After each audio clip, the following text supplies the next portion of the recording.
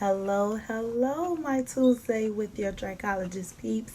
I am Miss Tanika McBee, your associate trichologist, and I am back. Of course, it's the second Tuesday of the month, so I am back to see you, to talk to you, and I will be back the fourth Tuesday of the month as well. So, good thing to keep our schedules going so you can get the information that you need from me, from the source myself. So, tonight, let me just go on here so I can make sure I can see your comments, your questions, any concerns you might have. As always, remember, you can follow me on Facebook at Pure Trichology, and also Twitter, LinkedIn, Instagram, just those. And then you can visit my website at puretrichology.com. That's puretrichology.com. And if you need to email me, I'm at hair, HAIR, at puretrichology.com. So also, you all who has given me your email address, who have subscribed, should be getting a newsletter this week. You will be getting one, not should. You will be getting one this week. So it'll be our very first newsletter. We're starting, like I said, it won't bombard your email. So it'll be a monthly thing, just like the blog you can check out on my website. It'll be a monthly thing. Because I am definitely not going to commit to bombarding you every week. But who knows, in the future, as business grows and things move on, you never know. You might end up getting them weekly. But I wanted to revisit on tonight a special topic, which is regarding hair loss, which is hair after chemo. This is, and I'm sorry about the light, but I'm try to get this lighting right. But I wanted to revisit hair after chemo because someone very near and dear to me is actually going through that process right now. And I think it's important to know that the effects of autoimmune diseases on our bodies, how it affects our hair, we really don't think about those things until it actually happens to us, or in my case, someone that is near and dear to me. So I just wanted to revisit that, and she is doing well too. She's fighting. She's doing well. She's keeping everybody else strong. So I'm not in tears talking about it right now. But I did want to review the effects of autoimmune diseases on the body, how it affects our cells, and how our immune system is compromised when we experience those things. Now, some people believe that, I'll say it this way. In most cases, it is the actual disease that causes hair loss, but in cases where you experience autoimmune diseases that you have to receive chemotherapy, such as cancer, kidney failure, kidney disease, or even rheumatoid arthritis, you have an option to go through chemotherapy, and the radiation exposure is what really messes with your system and creates just all kinds of, what's the word I'm looking for? It just creates a lot of things happening in your body. So it creates a whirlwind of issues. So hair loss is one of those, and the radiation exposure is what actually causes that. It also can be the medication that you're taking due to your autoimmune disease, because like I said, your cells are fighting, they're fighting against each other, and you have a low white blood cell count. You have a lot of things that's going on with your hormones. You're taking all this medicine. You're getting all this radiation exposure due to whatever may be going on inside of you, and it causes the follicular tissue in your hair to break down. So everything starts going crazy. Our hair strands have layers to them. our scalp has layers to it.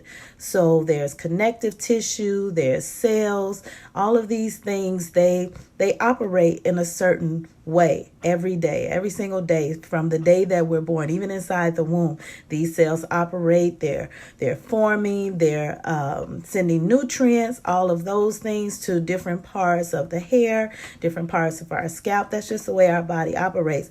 So when your immune system is compromised, all of these things are affected. It's like a domino effect. Everything just goes crazy. So the antibodies that help the hair grow, like I said, they break down the follicular tissue. Everything's fighting against each other. So therefore, your hair is not growing as it should.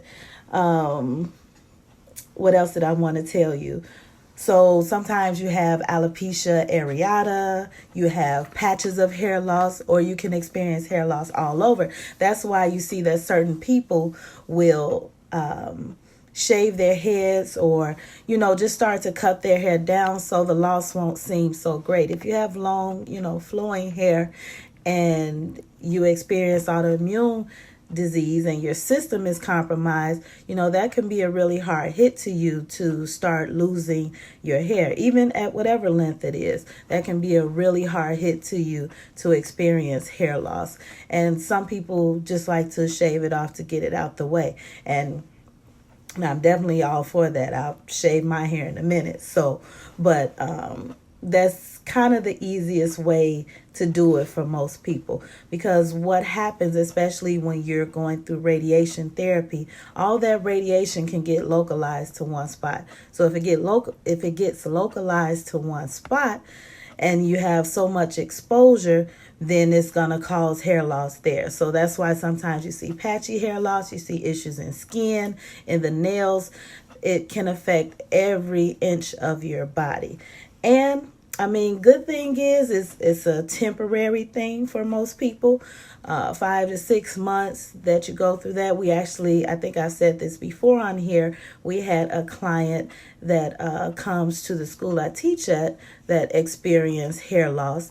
And she still came in. And like I said, I admire the strength of people that are going through things. She still came in every single week as she used to. When her hair was down her back, she still came in. Of course, sometimes when she was getting her chemotherapy, she didn't feel up to it. But even when her strands were diminishing and we cut her hair down, we just cut out. She didn't want to do it all at one time. So we just cut it off a little bit at a time. And then, she experienced total hair loss. And of course, we didn't see her for a while, but then she started coming back again. And her hair, she actually came in today, and we're just so excited about how her hair is coming back in. She's smiling, she's loving her hair. She had faith in God that she would be cancer free, and she is. And she's loving her hair now. The thing of it is when you are done with your radiation therapy, and it can be that it's too high and it gets localized and you experience the hair loss. But when you're done, a lot of times your hair comes back and it's a totally different texture. It's a totally different shape than it was, because you have to think about this is new hair coming in. So now she's experiencing that, but she's loving her new hair. She's like, I've never had curly hair all my life. My hair has been so straight. She barely wants us to dry it because she doesn't want the curls to come out. And sometimes that does last. Sometimes it reverts back to what it used to be, or something similar to what it used to be, because this is a whole new production of cells that's happening. So the hair might not be exactly the same. But when it comes back, it usually comes back very nicely. But when your hair begins to grow back, it's important that you're treating your hair. Your stylist or your cosmetologist or your trichologist is using the right products for your hair that are fit to your individual needs. Because, when you're experiencing chemotherapy, radiation therapy, your body is lacking a lot of nutrients. It affects your diets.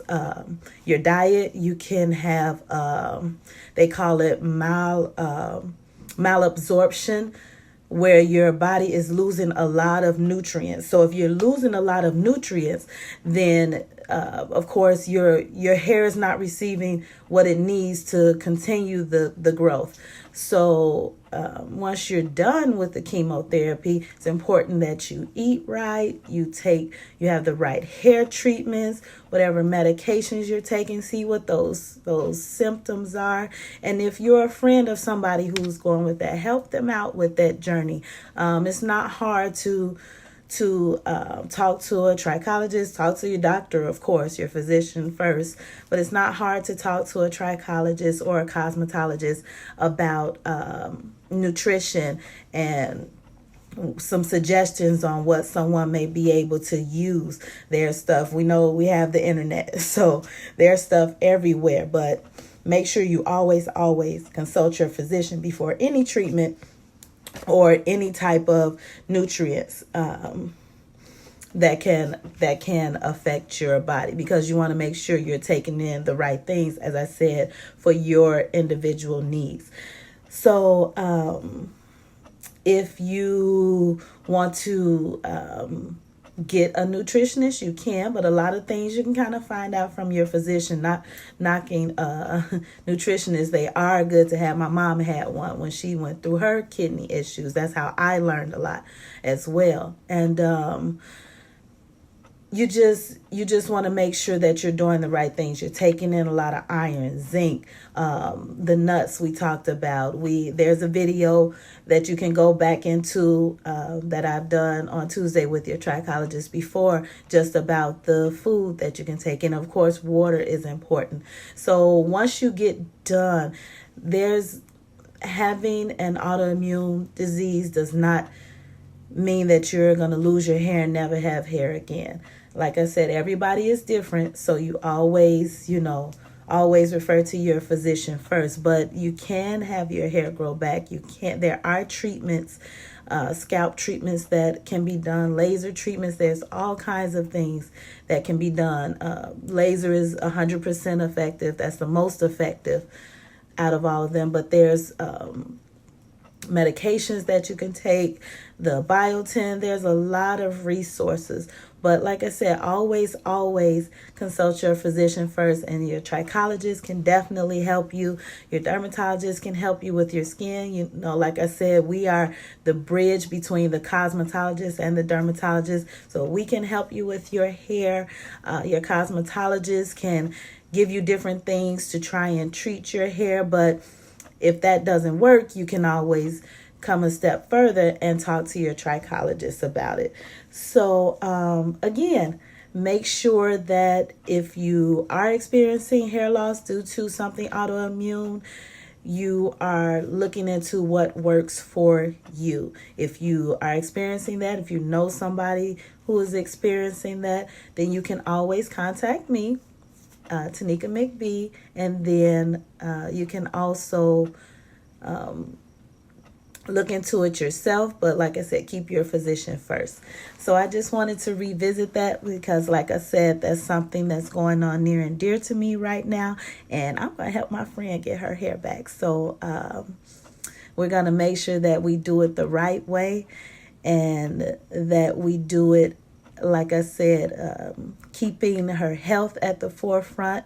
And I actually already told her to check with her physician on some products that I have for her. So we're going to make sure we keep doing that, and that we're definitely doing the research first before you're dealing with anything autoimmune, and make sure that we're keeping the health at the forefront, the health of the body and the scalp at the forefront when we're doing treatments and receiving nutrients and medications and things of that nature.